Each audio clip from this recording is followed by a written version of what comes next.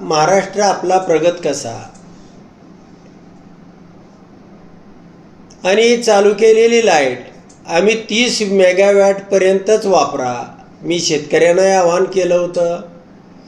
सगळ्या जी शेताभातामध्ये काम करणार ह्या प्रत्येक घटकाला त्या ठिकाणी सांगितलेलं होतं की तुम्ही घरातला फक्त टी व्ही, फॅन, लाईट आणि धारा काढण्याच्या मशीन व्यतिरिक्त तुम्ही हीटर वापरू नका, गिझर वापरू नका, कडबाकुटी मशीन वापरू नका. हे त्यानंतर तुम्ही वापरा. आणि लोकांनी ऐकलं होतं. 84 फेडरमध्ये जवळजवळ 30 अँपिअरपर्यंतच लाईट ही त्याचा लोड जात होता. आणि तरी काही तालुक्यातली राजकीय मंडळी जाणीवपूर्वक श्रेयवादाच्या लढाईमुळं की आमदारांनी ही लाईट सुरू केली आणि मग त्या अधिकाऱ्यावरती प्रेशर करणं, अधिकाऱ्यांनी मला सांगणं वरूनच प्रेशर आहे. मग अशा पद्धतीचं जे माजी आमदार आहेत त्यांनाही एकदा निवडून दिलं होतं, आताही त्यांना जिल्हा परिषदला निवडून दिलेलं आहे.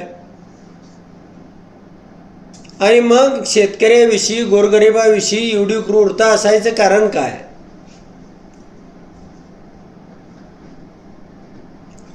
मी एखादं चांगलं काम केलं असेल, श्रेय जात असेल समजा, यापेक्षाही चांगलं काम तुम्ही अजून करा.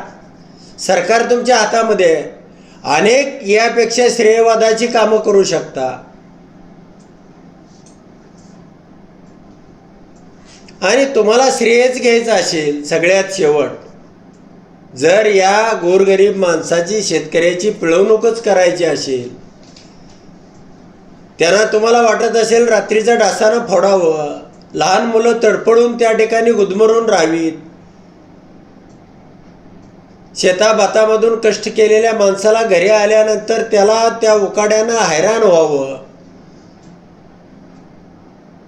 त्याला जेवताना किंवा जेवण बनवताना त्याच्या घरामध्ये लाईट असू नये, त्याच्या धारा काढण्यासाठी त्या ठिकाणी वीज असू नये, तर तुम्ही एखादं सरकारला पत्र द्या, ते दाखवा आणि तुमच्यामार्फत ती लाईट चालू करा. श्रेयवादासाठी उत्तमराव जानकर हा कधीच लढाई करत नाही आणि कुणाला मदत केली तेही आयुष्यात कधी लक्षात ठेवत नाही.